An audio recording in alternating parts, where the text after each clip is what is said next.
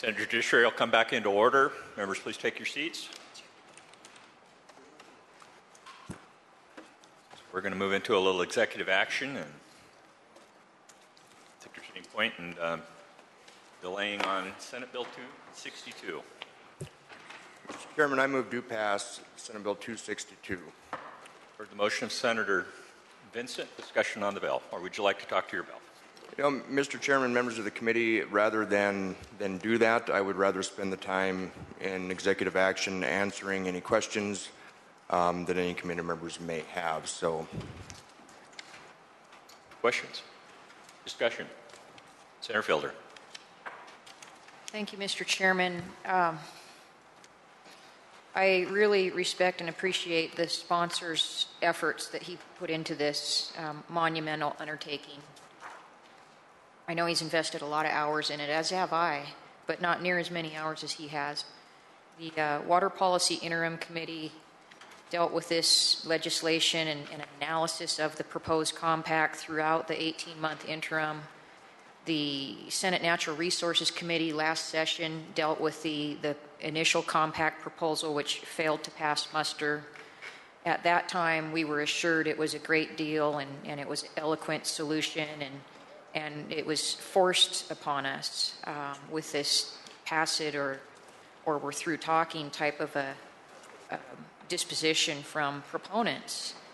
And I do appreciate the governor doing a limited reopening of the compact during the interim, but I don't think a lot of the main concerns were really well addressed. And I'm just going to speak to a couple of those now because I've asked a lot of questions and I've received a lot of answers. And here's what I've learned, that this compact allows a subset of Montana citizens to be exempt from Montana water law while others are not within the same geographical area. It allows some members of Montana to lease their water for up to 99 years. It allows others to lease their water for up to 25 years, both of those subsets being either tribal members or tribal government. But for non-tribal members inside owning private land inside the reservation, they don't have that ability to lease their water rights. So I think there's inequality there that concerns me.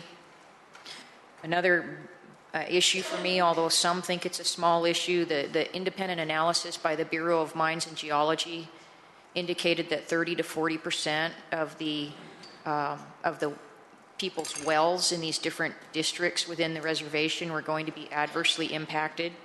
And although there were efforts made to put some mitigation monies towards that, there's no guarantee that those people's wells are going to be maintained and be able to provide water for them, because in some places it doesn't matter if you drill deeper. There's not a viable source of water down deeper in some of these places. The Unitary Management Ordinance is a very big concern for me because it sets up a bureaucratic board, 5 people, and there's a high probability, at least at the onset, that board is going to be heavily influenced and mostly influenced by tribal members and not by the non-Indian people that live in the area. We were told by the attorney for the Compact Commission that the tribe, that's not necessarily so, because the tribe could possibly appoint people that don't have tribal interests. I don't believe that's a viable explanation. The tribe gets to appoint 2 people, the governor gets to appoint 2 people. There's no guarantee that those 4 people are going to represent the non-Indian members' interests on the reservation. That concerns a lot of people, including me and many of my constituents who live inside the boundaries of the Flathead Indian Reservation on private land. They are fearful of being placed under the jurisdiction of a tribally dominated administration, and they have good cause for that, and much of that good cause has been submitted for the record with the way that people have not supported the compact have been treated by the tribal government. We've heard a lot of testimony on this. One of the most compelling pieces of information that I received was from the former judge, C.B. McNeil, a well-respected judge who has presided in that area of Montana for many, many years, and he was the author of Article 9, Section 3 of the Water Rights of the Montana Constitution. And he raised many, many concerns about the constitutionality and the complexity of this piece of legislation. And even though this legislation may be better than it was last session, and I think it probably is, I respect the efforts that have been made by all parties to make it better, it's still a highly complicated legal and technical issue. And it is far more complicated than any other piece of legislation that we have had to deal with since my time in the legislature, and I've been looking at this for a long time with the interim committee and the past session. And even Judge McNeil says that it's the Montana Water Court that has the expertise and is the appropriate forum for the determination of water rights. And I tend not to want to send much of our type of work off to the courts, but in this case I agree, the Water Court has the expertise.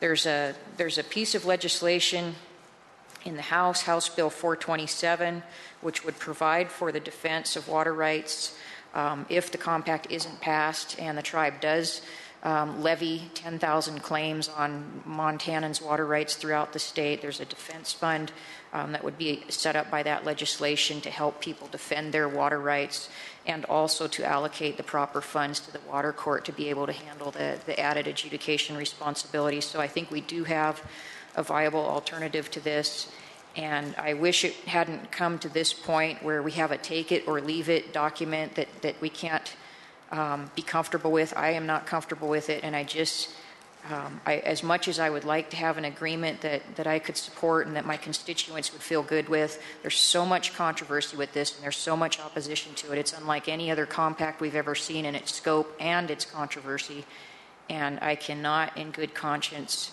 support a piece of legislation when there's so little known about the long-term consequences of it. Thank you, Mr. Chairman. Further discussion? Senator Larson. Thank you, Mr. Chairman and members of the committee. I don't always speak up, but I am compelled to speak up on this subject for two important reasons. One, I represent most of the territory that's concerned with this water compact. With redistricting, I had a whole new set of constituents, and I've spent a lot of time in meetings, the water compact and other subsets of the tribe and their leadership and so on, and then just thousands of communications with citizens, irrigators, folks on both sides. So it's really important to me, and I have studied this probably more than any other piece of legislation, and this is my fourth session. I've only been in the minority, which gives me a lot of time to study. And so I have studied this in great detail, and I can tell you, like many other members of this panel, we've spent a lot of time on this subject, and frankly, I think it's really critical we get to this nexus and make a decision today. The other reason this is important to me is I chaired the Interim Committee on Energy and Telecommunications, and this subject was of great interest to our committee, remembering to the public and our panel that those interim committees are evenly balanced between R's and D's and Senate and House. So everything that comes out of that committee is generally by consensus after a lot of discussion and negotiation. And an example of how we contributed to this was the Kerr Dam and Northwestern Energy's purchase of PP&L's hydro system. Our committee, in a meeting we were having in the field at Great Falls, composed a letter, unanimous support for the purchase of the PP&L facilities by Northwestern Energy, and with respect within that is the purchase of the Kerr Dam, which in itself was a major discussion item. And guess what? Our committee was unanimous in their support of the purchase of that system by Northwestern Energy, and in consequence, the Sedish Kootenai tribe will end up buying Kerr Dam, which is a major element as a part of this compact matter. I did watch the proceedings with great interest, and I noticed that the tribe was equally represented with other interests, that we had R's and D's from our legislature on the Compact Commission. Everybody spoke up. It was a very intelligent conversation from what I could see for several years. And we get to the point where we really have to make a decision about whether this should go forward. And I feel confident that we plowed a lot of ground and we've covered a lot of territory, left, right, up, and down, the interests of the tribal people, the historical consequences and significance of previous treaties, and where we are today. So I urge a due pass on this legislation. I think if there is continuing concern and litigation, so be it. As a matter of fact, we've covered the ground thoroughly, so I urge a due pass. Further discussion, Senator Hinkle. Mr. Chair, members of the committee, first of all, I do want to thank the sponsor also. I do understand how many countless hours he's put into this legislation and for a number of years. And I think that most of us do agree that this compact does have provisions that are that are better than the last compact. And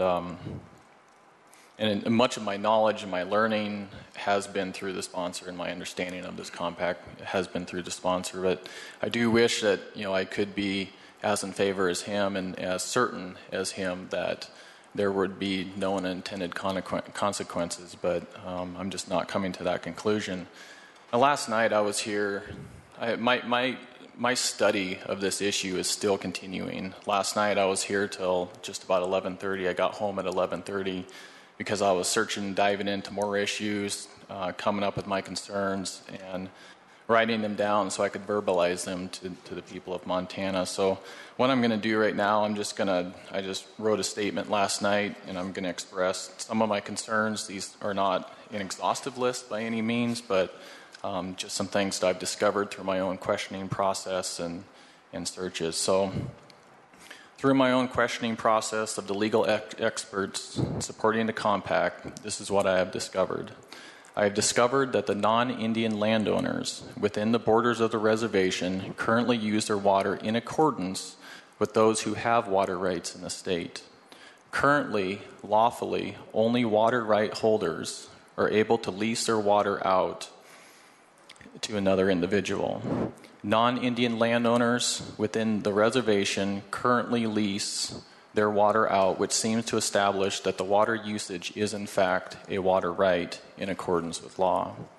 In my questioning of legal counsel supporting the compact, it was made clear that the water rights of non-Indian landowners on the reservation are currently not tribal water rights, and they are not federal water rights. But after the passage of this compact, it will be firmly established that these water rights will become tribal water rights held in trust by the federal government, thus will become a federal water right. This was admitted by legal counsel and on the record. The compact establishes off-reservation water rights for the tribe. Proponents assure us that the federal government will not have rights over this off-reservation water. This claim to me looks to be false. The Federal Indian Trust Responsibility Doctrine is a legal obligation in which the United States towards Indian tribes has charged itself with moral obligations of the highest responsibility. According to the Bureau of Indian Affairs, the Federal Indian Trust Responsibility is also a legally enforceable fiduciary obligation on the part of the United States to protect tribal treaty rights, lands, and I emphasize assets and resources, as well as a duty to carry out the mandates of federal law with respect to American Indian and Alaska Native tribes and villages. Therefore, if off-reservation rights and co-ownership of Montana's rivers are granted to the tribe, this becomes an asset and a resource of the tribe. Therefore, the federal government has a fiduciary responsibility to protect, thus giving federal jurisdiction over off-reservation waters. There are areas of the compact that make specific reference to the Bureau of Indian Affairs having jurisdiction. I do not believe that it is in the best interest of this state to grant federal jurisdiction over the waters of Montana protected by Article 9 of the Montana's Constitution. Lastly, proponents threaten that if they do not get their way with every letter of this document, they will go after 10,000 other water rights all across the state, costing multi-millions in litigation fees. They use a section of the Hellgate Treaty, also known as the Stevens Treaty, to seize off-reservation waters across the state. The actual language of the Hellgate Treaty says the tribe has the right to hunt, fish, and gather off-reservation. But the key language here is that this right to fish off-reservation is granted in common with the citizens of the territory, which are non-Indian people. This Hellgate Treaty is also called the Stevens Treaty, and it was because it was negotiated by Governor Isaac Stevens.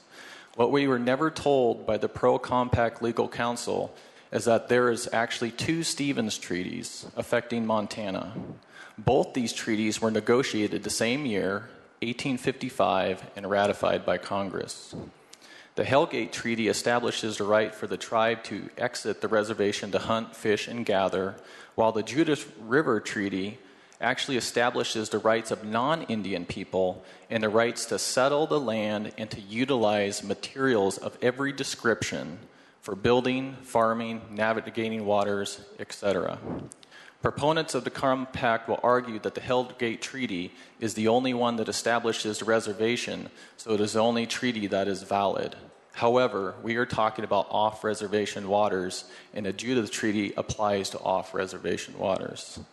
Proponents have repeatedly threatened these intimidation tactics to promote this compact. What I care about is the truth, and I believe that if this legislation is truly the best for Montana, it will be promoted and passed on its own merits rather than threats. In my core, I firmly believe intimidation legislation is wrong. I also believe that legislation that needs to be passed by intimidation also contains dangerous consequences. I cannot and will not agree with this practice. I also will not support a Nancy Pelosi-styled passage of legislation where we just pass it and find out what it does later. I have spent more time studying this compact issue than any other legislation this session, and I am still far from having been able to sort through the mountain of public comments, let alone the extensive technical and legal documentation that surrounds this issue. If this was a good compact, it would have a much broader public support. Every other compact that has come before this legislature has been passed by 80 to 100% support. I ask the other senators in the room, have you thoroughly investigated this document? Are you absolutely sure of the intended and unintended consequences? We are told that we are not even allowed to amend this document now, and upon the passage, it will surely never be changed. If you don't fully understand every aspect of this permanent and binding intergovernmental compact, then I would encourage you to join me in voting no. Thank you. Further discussion?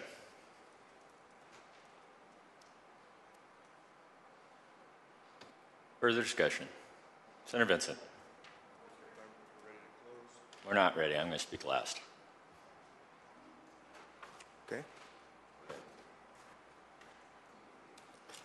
Well, Mr. Chairman, I'd love the opportunity to respond to any comments you have if you had any questions, but I don't think it's a question you're going to be asking. Thank you, Senator Fielder and Senator Hinkle, for raising some issues that I was wondering if I was going to talk about it, and I'm going to specifically address some of your concerns that you just mentioned, and I'm also going to ask you a few questions if you would yield to those questions. First of all, non-tribal members can lease their water as many years as they would like on reservation. Your second point about the wells and the fact that we're going to have some groundwater wells that may be impacted by a change of water use, I would hope that everybody on the Water Policy Interim Committee who has spent the time studying the Water Use Act and what happens when anybody is changing their water use would recognize the fact that inside of this compact, we are actually establishing a precedent that no one else in the state has. If you want to change your water use from flood irrigation to center pivot right now, anywhere in the state, and that change of use impacts a neighbor's well, that is the right of that water user to do so without having to go drill their well deeper. One of the things that we did in this compact was set up a fund to help alleviate those concerns. But I would tell you that my worry in doing that was going to be from the agricultural community and the fact that they may not like that precedent because maybe someone would want to have that application everywhere else in the state. As far as the UMB, we also had that discussion on the Water Policy Interim Committee, and I decided that it was going to be better to have local control and made that motion, and the majority unanimously agreed that we needed to have more local input into that decision of who was going to sit on that board. So we have county commissioners that are now nominating those that could serve on it to the governor, to which he chooses from. So the individuals that are inside that area are having more local say into who that is. You know what? That doesn't. Perhaps the local county commissioners would want a Native American to serve on that board if they thought he was qualified and he'd do the best job. I don't think that that's something to be concerned about. But I do know if the people that elected those individuals have a problem with that, they can remedy it. As far as the dual management approach, it's something that I talked about a lot. It's something that I thought we needed to do in this, but I wanted to remind you and everybody else that in the other compacts where a dual management approach has been implemented, you have two different management, hence the term dual management, but those basins are traditionally closed, and if you want access to extra water, you have to go buy it from the tribes. We have avoided that with the unitary management approach in this bill. Some of the comments that you made, Senator Fielder, about C.B. McNeil, I also responded to the email because I received the email, and I believe you received my response to the email to C.B. McNeil, but I'm curious as to what part of his analysis you thought was most relevant to this discussion, because his analysis was fundamentally flawed, and while I had a great honor in corresponding with somebody who sat on the or was a part of the Constitutional Convention, he was not the single author of that provision in the Constitution. There was others that worked on that besides C.B. McNeil. I'm not sure what part of that you would like to clarify for me so I could answer your question a little better, but I would love to know what it is exactly that in his correspondence with me and you, what was it that you felt needed to be responded to that hadn't been as of this point?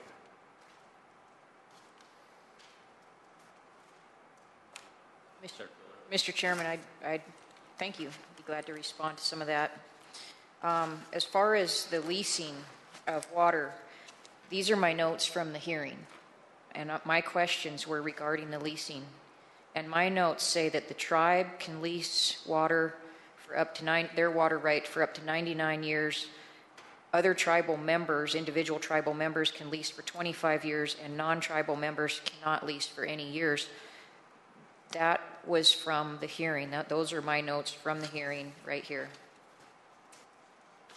As far as the attempt to resolve the wells that are going to be adversely impacted, the right of an individual water user changing use is different than a government act mandating a change in use that's going to cause people's wells to dry up. County commissioner involvement was a nice gesture towards trying to make it appear that this UMO board won't be dominated by the tribe. But the tribal government has engaged in political elections with government funds in the tens of thousands of dollars to influence elections in this state to get this compact passed. We know they did it last year. They testified on the record that they had done this.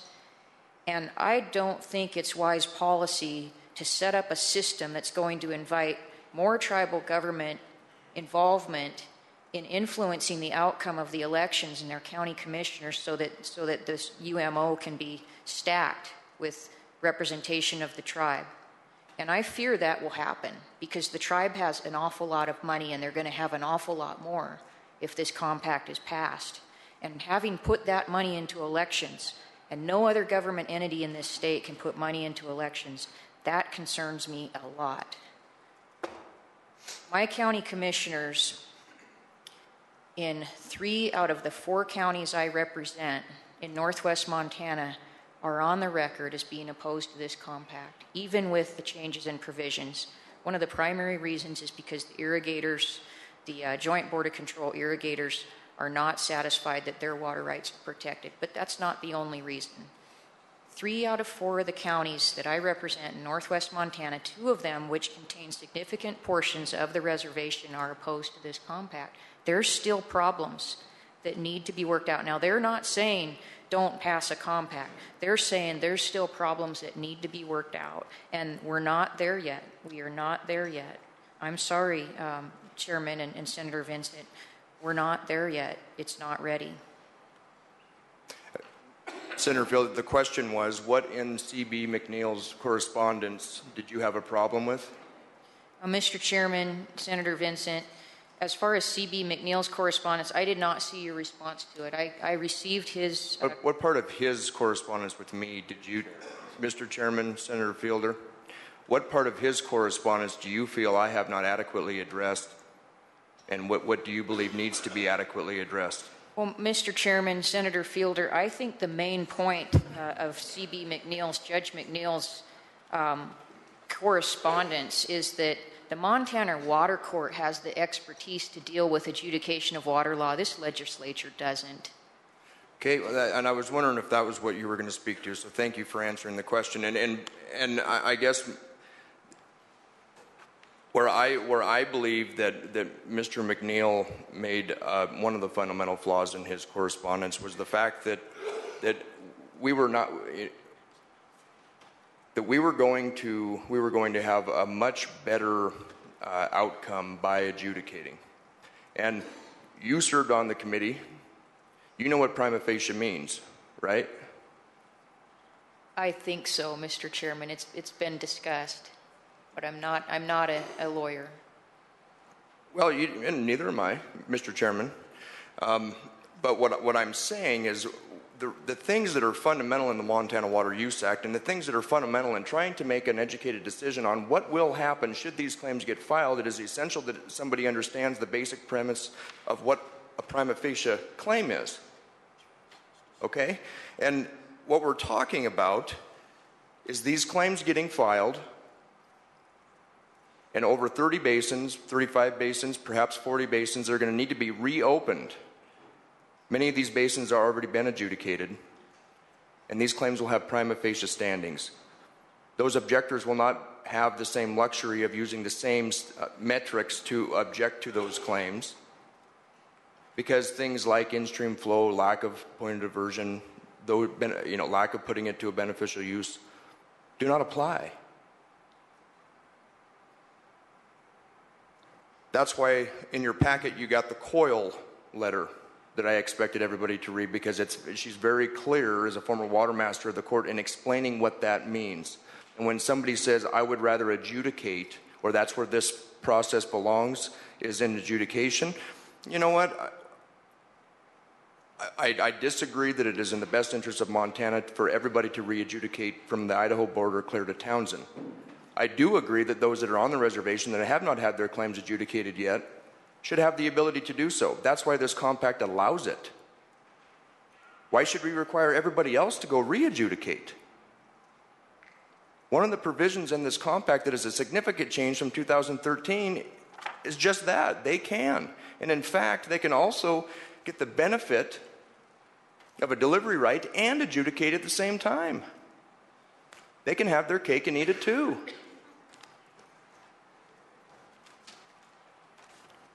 As far as the take it or leave it, you know what? The Montana legislature created the Compact Commission in 1979 because we decided as a body back then that we did not want to adjudicate. We did not want to litigate. We wanted to settle.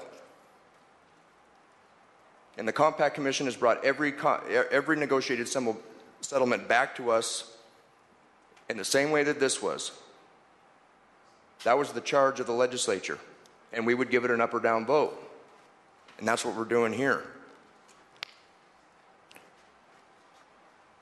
And Senator Larson, Kerr Dam has absolutely nothing to do with this compact. Thank you for your support, but it has absolutely nothing to do with this compact. Senator Hinkle, and I went through some of the points that you made.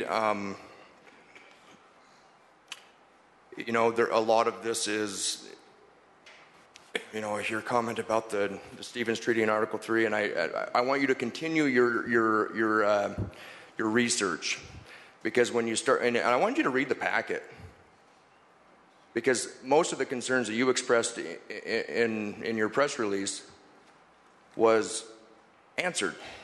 And I don't want to belabor the points and go all through it again, but I thought that we had already had that conversation. But you know, things like these rights are in common. The Supreme Court has dismissed that 6 times in 6 different ways and won't even give it certiorari should you try to litigate it again. Those are important facts when trying to make a determination of whether this is a fair and equitable settlement. And it is the responsibility of every legislator to do their best that they can to get themselves educated. That's why I tried to put this packet together for everybody so that they wouldn't have to spend the 500 hours trying to read all of the case law and make heads or tails of it like I did. I boiled it down. And I want to continue the discussion. I know you are honestly trying to educate yourself, and I honestly respect that, and I want to help facilitate that so that you can make an educated decision. As far as intimidation, you know, I don't know, and believe me, that was part of my problem with the previous compact too. I felt that was the only real talking point that was really used. But you know, it's really tough to talk about what will happen should we not settle without speaking to the truths. And it's those prima facie claims. It's the people that if they're incorporated, they have to hire a lawyer. They can't even represent themselves. The people that have spent $200,000 already adjudicating their rights, they're going to be forced to go in and do it again. When we've allowed the people that have not the ability to go adjudicate them. And I'll tell you what, even if they're successful, the Ninth Circuit Court has already said that these rights on reservation are time immemorial. They're going to have a junior right. In this compact, the reason that we made them tribal rights is so that they would all have an 1855 right, so that no one can get called. And if you study the Water Use Act a little more, you'll understand the Greek I just spoke to you.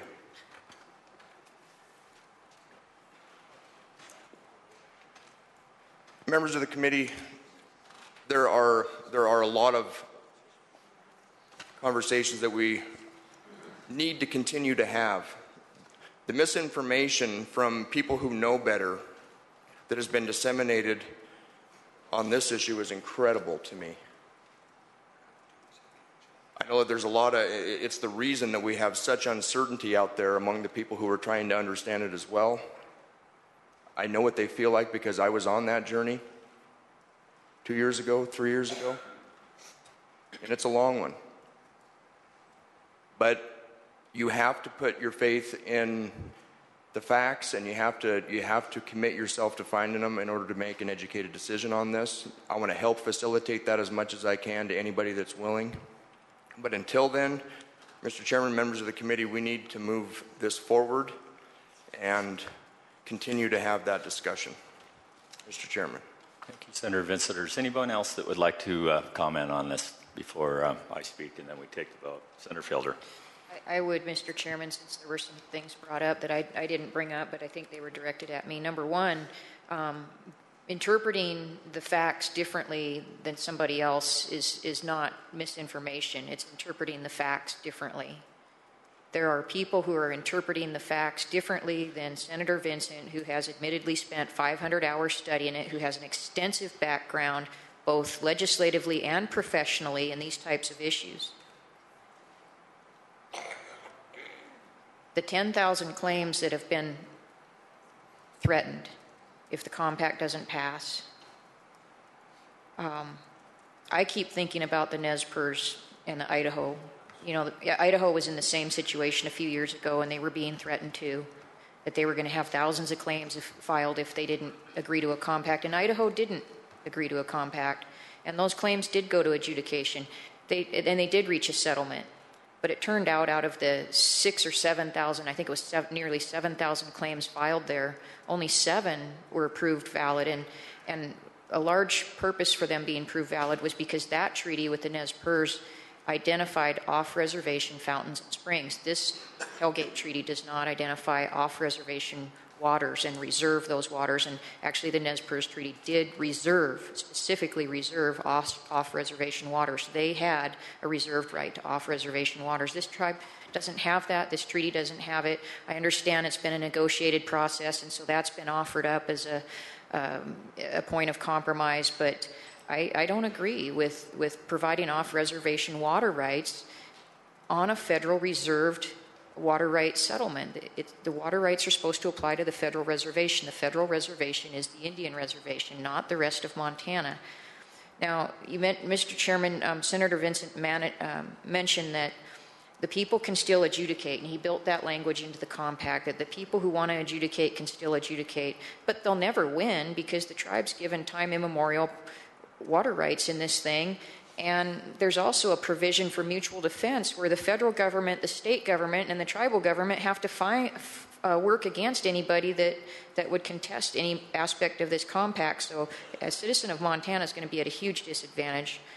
Senator Larson mentioned his deep understanding and deep study of the issue, and Senator Vincent just corrected him and let him know that Care Dam and what he thought was part of this compact doesn't have anything to do with it. That's a perfect example of how difficult it has been for the legislators here to grasp this issue, to understand the full magnitude of it. And that's I appreciate Senator Larson taking time to study, but for the sponsor to say you're dead wrong, even though he supports it, is an example of what's wrong with this compact. Very few people understand it. Very few legislators have read all the information. Very few legislators have digested it and understand it. So I do appreciate the sponsor's passion and his commitment and his effort and his work. But you've reached a comfort level that most of the rest of us haven't been able to reach. And to ask us to vote yes for a permanent, binding, intergovernmental compact that cannot be changed in the future by any one party, it cannot come back to this legislature for a fix like any other piece of legislation we pass. I think it's wrong to ask us to support something when we don't fully understand it nor fully appreciate it yet. It's a tough issue, and there's still a lot of gray area, and to ask us to vote yes when we're still studying it, I just don't think that's responsible. Mr. Chairman, if I can rebut to your last point first. Asking an elected official to make a decision in an important policy matter is in fact why we all put our $15 down. That is our responsibility, and while I'm sorry that you feel that it is not fair, that is what we're here to do. Anyone that is making a video and shipping it out on YouTube claiming that time immemorial rights are Indian folklore and legal fiction it is repeated more than a dozen times at a podium, that's misinformation. And I'll call it for what it is. As far as the adjudication, Senator Fielder, I'll have you go back to our Water Policy Interim Committee report and read what's in it. Read our legal analysis. You just contributed to the misinformation by saying that there was only 7 claims that the tribes got out of that settlement. 200 off-reservation in-stream flows. 200 is what they got. An entire fishery that the Idaho had built and developed was given to them. Tens of millions of dollars and tens of thousands of federal lands. That was the settlement.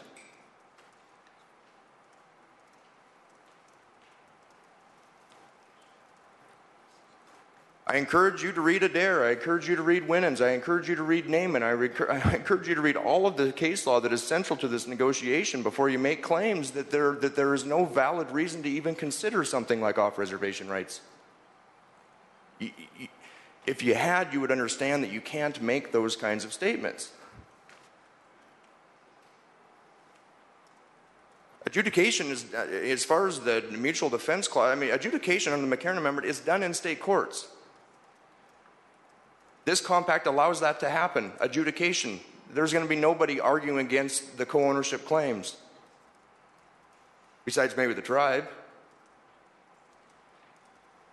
The state's going to be sitting across the table looking for an abandonment ability as these individuals are objecting and trying to prove up their historic consumptive use in water court. The Attorney General is going to be sitting over there hoping that, not hoping probably, but DNRC probably will be looking for an abandonment that they can claim, because it's our water, it's the people's water, and if you haven't put it to a beneficial use, it belongs back to the people. That's the way the Water Use Act works. We should all read it. And lastly, I'll say, you know, there's two things that are dangerous to this discussion. And it's something that I've been trying to work on, and I continue to work on it. And it's either blind faith or blind opposition. Neither allow for an atmosphere for enlightened decision-making to happen. There is no question that is stupid. There is no question that is silly. But let's discuss the facts, and let's discuss the substance. Mr. Chairman. Further discussion. Senate Bill 262. Anybody would like to make? Senator Hinkle.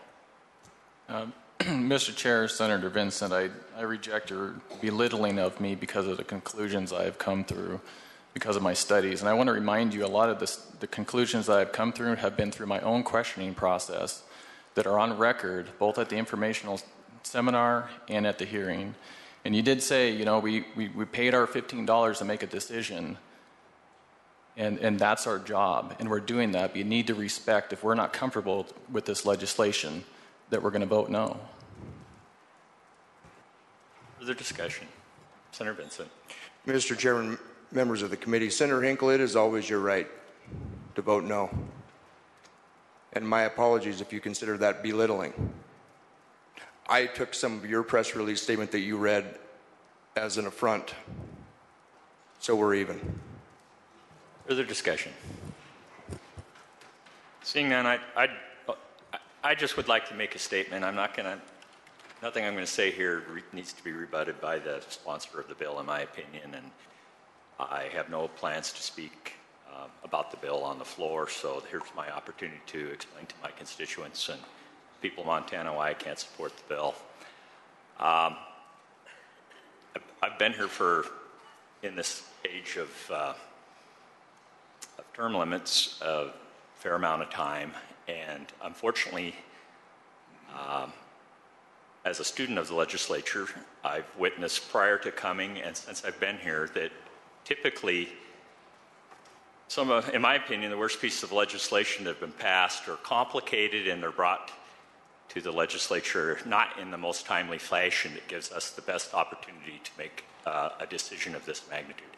This bill, I think, is without a doubt the most important piece of legislation I've had the opportunity to vote on. And I don't shriek and never have from an opportunity to vote no or yes. But I try to make the most informed decision I can, and what I base those decisions on, I like to think, when I first came here, was I called it the 4 C's. I was going to look at whether the bills we looked at were constitutional, and I could vote for it if it passed constitutional muster in my mind, whether or not my conscience would let me vote for it, so I could look in the mirror the next day and decide whether or not I made the right decision in my mind, whether it was good for my constituents, and lastly, whether it was good for my caucus. And in order to make that decision, I have to, being a simple person, and I know that Senator Vincent has forgot more about this compact than I know, and I freely admit that. But I have to look at the original intent just like I do at the Constitution. And when I look at the original intent, I have to go back to the original treaties that were signed by the people, what they had in mind at the time, not what's going to be financially beneficial to the tribe at this point, but what they were thinking at the time that they signed the treaty. Words mean something. And so the original intent, I read that they clearly gave up their rights off reservation. And it's clear to me that, in my mind, that there's no way they could have thought about, in-stream flows and all the complicated issues that exist today in the environment that we live in. So I can't support something. And I know that Senator Vincent would rebut me right now, and he would say that, well, the courts have ruled on much of this. But the courts aren't infallible. Courts have made horrible decisions in the past, and I'll just bring a couple of them, and I know that, in my opinion, one of the worst decisions, Roe v. Wade. Now, I know that's going to really divide people here, but the reason why I don't like that decision is because there was no prior court precedent, and it gave that they came up with this concept of privacy out of thin air that didn't exist in prior court rulings. Another one was Gideon, that basically said that everybody was entitled to an attorney at taxpayer expense. That was another court ruling, I think, that's gotten us in some trouble, and I might refer to just the fact that we've, and it's bared witness that the state assumption of the public defender's office hasn't been a good thing. It's going to bankrupt the state, or it's a continuous growing burden financially on the state. That decision had no prior court precedent other than the one for capital punishment in the 30s, and so it was completely out of thin air. And probably the worst decision of all time was Dred Scott, that basically said that black people aren't equivalent or equal to white people. So the courts aren't infallible. They make decisions, bad decisions, continuously, and I might even bring one up that is really recent, is I think the decision to strike down our one man, one woman in our marriage amendment to our Montana Constitution that was approved overwhelmingly by the people of Montana. And one judge says, no, that's unconstitutional. So I think it's incumbent upon me, and should be incumbent upon everybody else, to look at the original intent, because that's really all we have. And I think, in my mind, it's a real stretch to think that these off-reservation water rights exist. And I can't support it. This is probably the worst political vote I'll ever make in my life. Because the right thing for me politically, and my irrigators and the people in my district, which is North Gallatin County, which is the majority of the irrigators in Gallatin County, all the irrigators in Broadwater County, and the vast majority of probably the irrigation in Lewis and Clark County is right out there, and now these people are my new constituents. But my conscience won't let me support this bill for the above stated reasons. And with that, question's been called. We'll take a roll call vote. The motion is due pass for Senate Bill 262. Senator Vincent? Yes. Vice Chair Fielder? No. Senator Sands? Yes. Senator Larson? Yes. Senator Driscoll? Yes. Senator McNally? Yes. Senator Moe? Yes. Senator Hansen by proxy? No by proxy. Senator Hinkle? No. Senator Carey? Yes. Senator Swandle? Yes. Chairman Sales? No. Motion passes 8-4. I think we're going to adjourn for today. We'll pick up some more executive action on Monday after our hearings.